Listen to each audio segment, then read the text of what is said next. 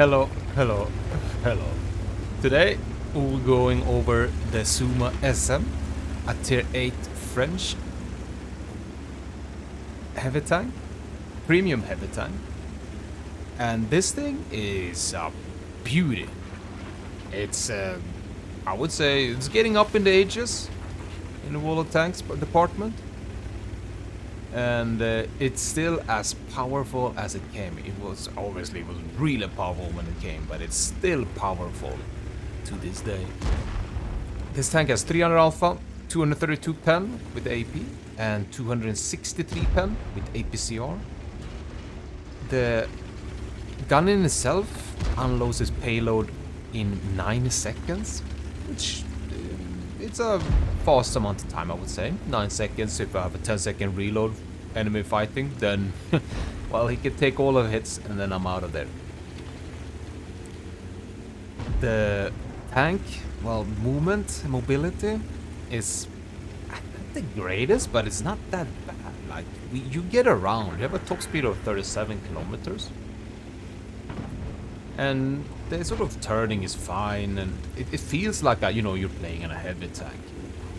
See this? Well, I'm letting this T-32 go forward because I don't feel like I want to sit here and go. Oh, what the hell? He's already here. Okay, that was a fast push. We're gonna see if we can't catch up the Löwe, but that's a tough shot. We are understanding why we kind of see why we didn't want to go forward here, because something like this can happen. I'm telling this 32 to run back, but he didn't. Ooh, double. Alright, and this is the next point I was gonna go from mobility to the talk about the armor. This tank has a good upper frontal plate. The turret armor is always the weak point. Ah, no damage there as well. But this tank has a weak turret, but it does have this bouncy turret. So sometimes, like, especially with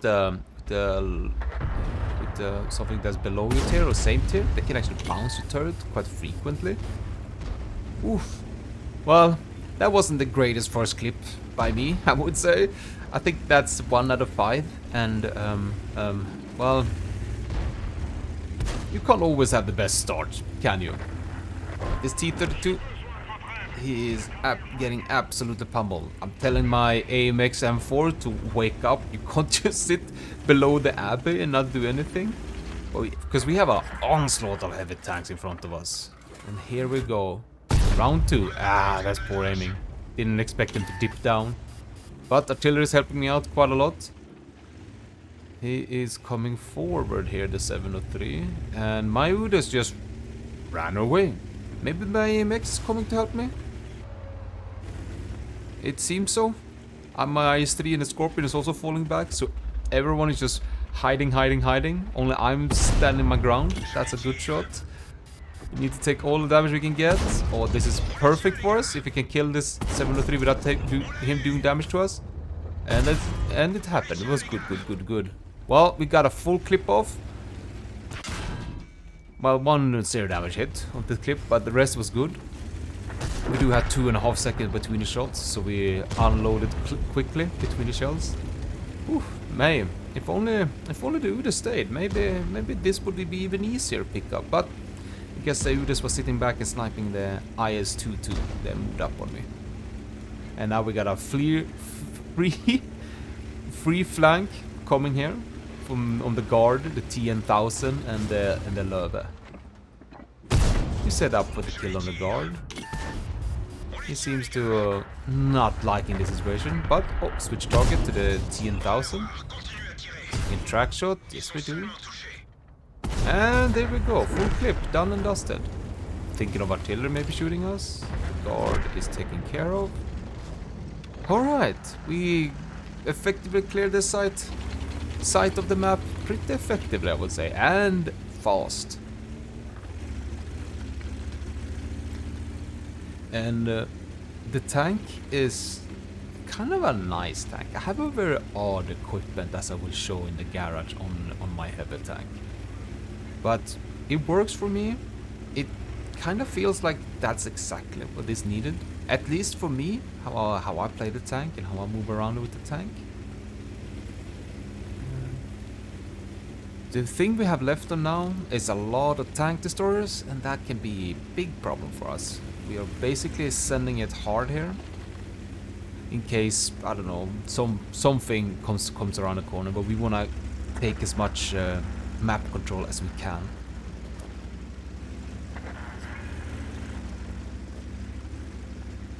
The overall feel of the tank is good. It's a very strong tank. This tank oh, Scorpion. There we go. It's tough to pen me. Frontal. He hits the front of the track there, but even with his APCR, he didn't do damage to me. I could say maybe it was lucky as well. But hey, we take every little bit we can get here. This tank, for me, is probably still one of my top favorite, top 5, top 10, at least top 10 of all the Tier 8 premium heavy tanks out there. Oh, there's the Somua. We can track him. Yes, we can. We can finish him off. Yes, we can. Something else. There's the artillery. We saw him shot before. Let's see if we can take him out. Oh, yes. And the Scorpion did not take the artillery hit. Oh, okay. ELC is sitting and sniping. Interesting. And we do the reload. The reload of this tank is 30 plus seconds, 32 plus seconds, I would say. So it's not too hampering. It's when you get up to that plus 35, 40, 45 seconds reload is where you are very slow to kind of re-engage in the battlefield again.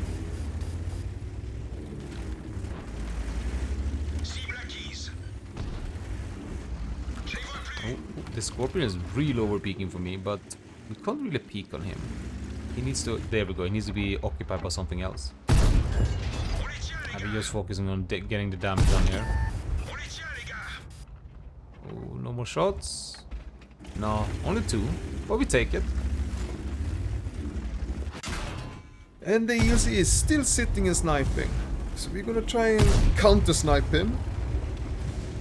With 2 of the blind shots.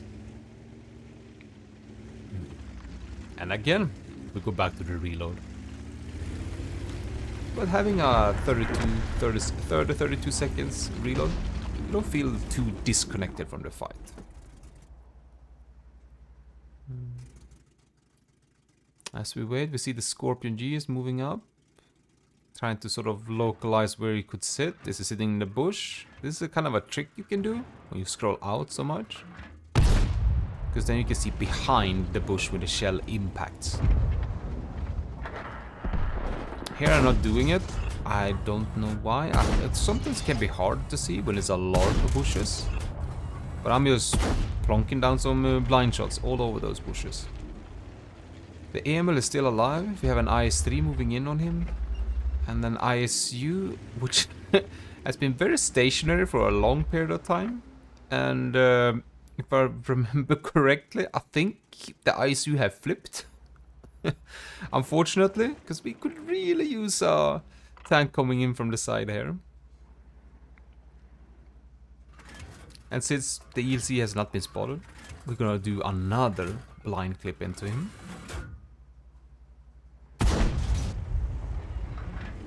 Just to see if we get spotted or not, and we don't, so we know that he's not moved up anywhere.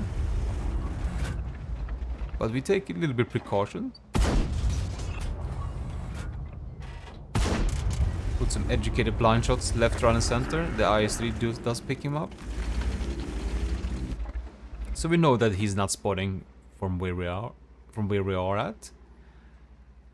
And that allows us a couple of options. Go with the AMX, push straight on him to pressure him to make it even tougher. He has to have a full clip on me and the AMX. Or we drop down and move around the base on the lower side. I like to do that more. You go the C line up to C7. Up to C7 and then to A7. But the AMX is getting shot at. He's not getting spotted. So that tactic would not have worked good. We're just looking to do some blinds. We don't know if we're hitting him or not. But we lay down a devastating fire on the little ELC. And we pop another reload. You see the IS-3 is now moving in. Am I sending in my teammates for for the slaughter here, one by one, and I'm just sniping? Is that what happens? Whoops. And yeah, we're loading HE because I don't know if I've hit any shots, and I don't want to spend all my APCR. And here we go. The IS-3 maybe gets some spot. Can we finish DLC with an HE? Oh, we are really waiting for him. Well, okay, he's gone. That means he moved. Oh, is IS-3 gonna pick him up? Oh yes, oh yes. Well, this was a quite of a good game with the Somua SM. We held our ground. We pushed up. We moved forward. But anyway, let's go check the post games, and then after that we check out in the garage. See you there. And the post stats, we have 5,252 damage, 2,053 spotting, 2 kills. We got an ace tanker, got 2 medals, Confederate and high caliber, with a whopping experience of 1,762. Did we make some credits? Oh yeah, you betcha. You make a lot of credits with this Somua SM. But enough of the post game, let's go check out in the garage. Welcome to the garage, and here we will go over the crew, equipment, consumables, and field modification. Start with the crew. I'm using the AMX 50B because it has the same crew layout for the 50B to the Somua SM, so there's no crashes between the crew. And it's very straightforward, the crew. The only thing different would be the driver. But for the commander, I would go Brothers in Arms, Sixth Sense, Repair, Recon, and then actually Concealment to get a little bit benefit of hiding around on the battlefield. The gunner, Brothers in Arms, Repair, Snapshot, and then I picked Firefighting to help, when the tough stuff happened to the back of the back of the tank when we get set on fire. But the driver, I use Brothers in Arms, Repair, Smooth Ride, and Off-Road Driving. Because Off-Road Driving will help you accelerate that a little bit quicker. It will be more about that when we go into the field modification of the tank. But it helps you move a little bit better. And then Concealment. For the radio operator, Brothers in Arms, Repair, Concealment, Situational Awareness. I'll make sure I have Situational Awareness before Concealment. But since it's a 4-skill crew, it's already up there. Because we need these crew skills to make the tank work. And for the equipment, it's a little bit of an oddity equipment. I wouldn't say this is very, very, very unnormal or unstandard for me when it comes to heavy tanks. I almost never pick the improved aiming on a heavy tank. And then you have optics, and then we have a word stab. But with field modification, this can change drastically in how you want to put up and fiddle around with the Somua SM. It's one of those tanks which got affected a lot with the field modification. I haven't fully upgraded it, but we will go over that when we get to field modification. Just wait. For the consumables, you have a very good stand-up pen with the AP, and the APCR is slightly better, so it's almost 50-50, a little bit more lenient to the AP. We bring 5 HE for... You never know when you get those Burask when they're coming up when you ambush them. Oof. Ooh, they do not like it when you have an HE clip ready for them. Oof. They cry a lot then. And it's very fun. So you gotta have some HE for those nasty little Burasks out there. And obviously the other, non-armored tank destroyers or light tanks or whatever you stumble upon. But here we go into the field modification, which might be a long section, but straight up, I want to pick out the best ones, and it's the all-terrain here. Get the maintaining speed up immediately with the tank. Just it's gonna help us accelerate so much. This tank struggles with this last bit acceleration, you could call it. It's kinda maneuverable in low speed, which kinda goes up to like the 15, 20, pretty okay. But then the 20 to 35 or 37, that's when it's hampering a bit, I feel like. It's like, it stops almost. No, it doesn't stop, but it's hampering a bit. And for the help with the gun, it's like always, the aiming circle. Push it down, the dispersion. Push it down. If you push it down, we get a smaller circle, it's all good. And for the next one, it's a straightforward tank. We're a clipper also, so it hides a lot with it's a hard cover, and the artillery, when it shoots us, it does devastating damage, but I mean, devastating damage. It's more like devastating stun duration instead for us. But I think the 3% view range overweighs that. We don't get hit by often by artillery when we're hiding with this thing. And when we have this all put together, 3 more extra hit points, and what we pick here, that is what I want to go over, because that can be big. I think for me, it's the firepower, just so I can boost up either the improved aiming a little bit or the vertical stabilizer a little bit more. But you can also go the mobility route and smack an engine on this thing. The turbo, I have not personally tested the turbo on the Somua, but with optics, turbocharge, and vertical stabilizer, that might be, he might be kind of quick and nippy then. It can be very interesting, actually. It can be very interesting. But we go back to the garage, and then we go into the modification of the tank. The comparison tool. This is probably the best tool that World of Tanks have given us in a long time, I would say. But here we can select the modifications. We select what we want to have. We boost it up fully. We apply it. And now we have this little plus button, second slot category. And we pick firepower. Bam. And then we can sort these ones out. And right now it's 033, but I think with this one, it even goes down to 32, so it gets even better. And why I'm using this improved aiming instead of IRM is that I felt the long range shooting for the Somua SM is kind of meh, to say it the least. It's not that good. But with this improved aiming, it helps up a lot. Actually, it's like 2.5%. Like 2.5 points of dispersion goes down. So it can be quite significant, actually. Obviously, if you have a bounty, where is it? The bounty aiming, obviously it's going to be more. Oh, it's actually 8%. It's up here, not this 5%. I haven't upgraded that one. But this one is just below that, and it actually makes the tank feel pretty good. I have tested the IRM on it. The gun handling is very nice. So I guess if you never snipe, if you're always going to be upfront and personal, then I think the IRM is better. But if you, a little bit like me in the higher tiers with the Somua, you like to sit back a little bit more, be more like support instead of close support. You're kind of around, but you're not, at directly the front line. Then I think the improved aiming might actually do the trick for you.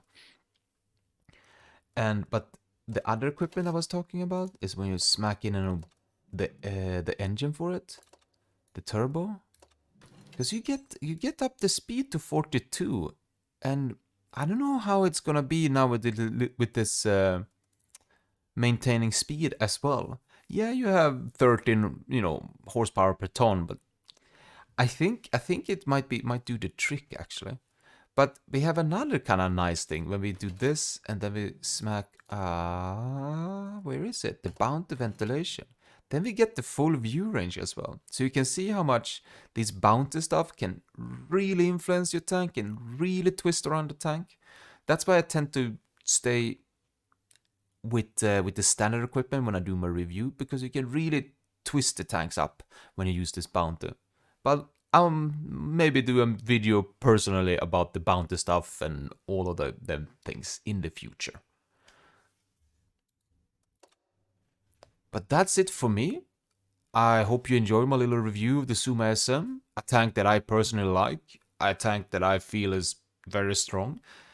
I think I can say this right now that it's still at a top 5 of all the premium heavies out there. It just has this big oomph, this strong fighting capability in it, and it's a fine tank. I do not have a bad time when I'm playing this Somua SM. But anyway, I hope you enjoyed my little bit review, and I'll see you around.